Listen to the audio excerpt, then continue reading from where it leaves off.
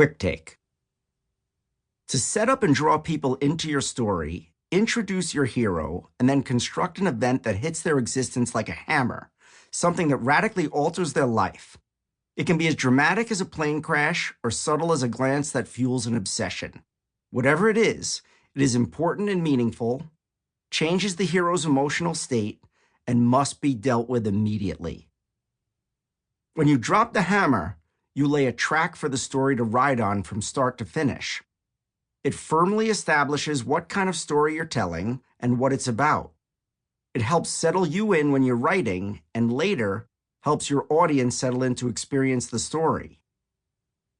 The importance of dropping an effective hammer can't be overstated. Countless writers start stories in a blaze of inspiration, but because they fail to set up their story properly, they get lost and quit. That means months or even years of wasted time and frustration. By learning how to drop the hammer, you make the process more rewarding and increase your odds of finishing a coherent, and if the gods are with you, inspired story that can be published or produced. How it works. One key reason writing makes people so anxious is that there are an infinite number of choices of settings, characters, events, and more. This is particularly true when you're at the very beginning and haven't made a single decision yet.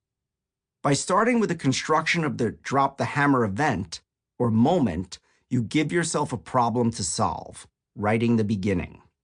We'll work backward, first defining exactly what a hammer drop is, and then exploring how it's set up. The drop.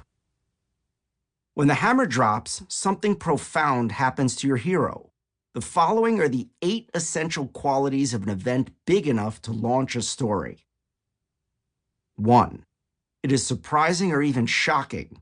We didn't see it coming, and neither did the hero. This puts the hero in a heightened emotional state.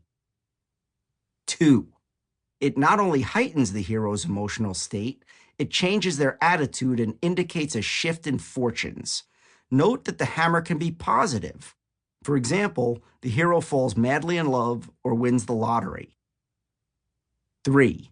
It builds sympathy or empathy for the hero.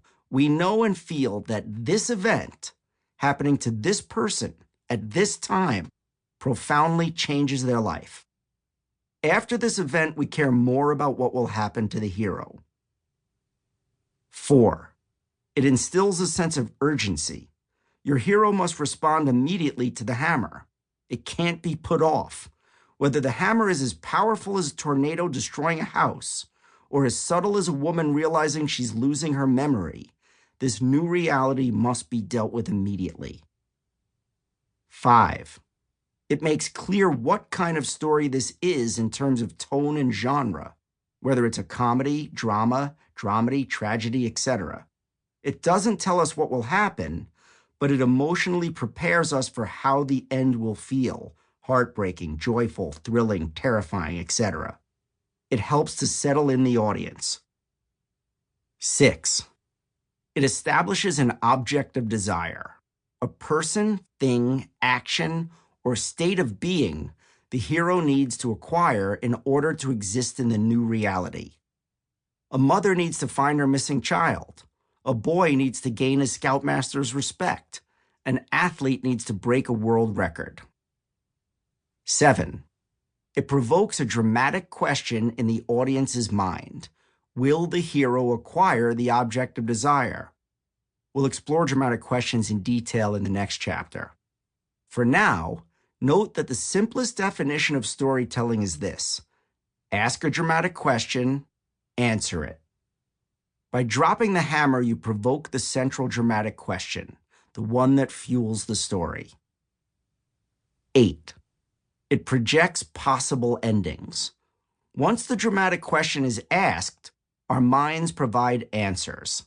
If the hammer drops when a wife tells her husband she's no longer sure that she loves him, we picture various endings: the couple getting divorced, renewing their vows, deciding to live in a loveless marriage, etc. While we don't know exactly how the story will end, we know the ballpark and begin to wonder. To keep listening to this audiobook for free, Click the link in the description. It will take you to a free Audible trial where you can listen to this and many other books for free for 30 days.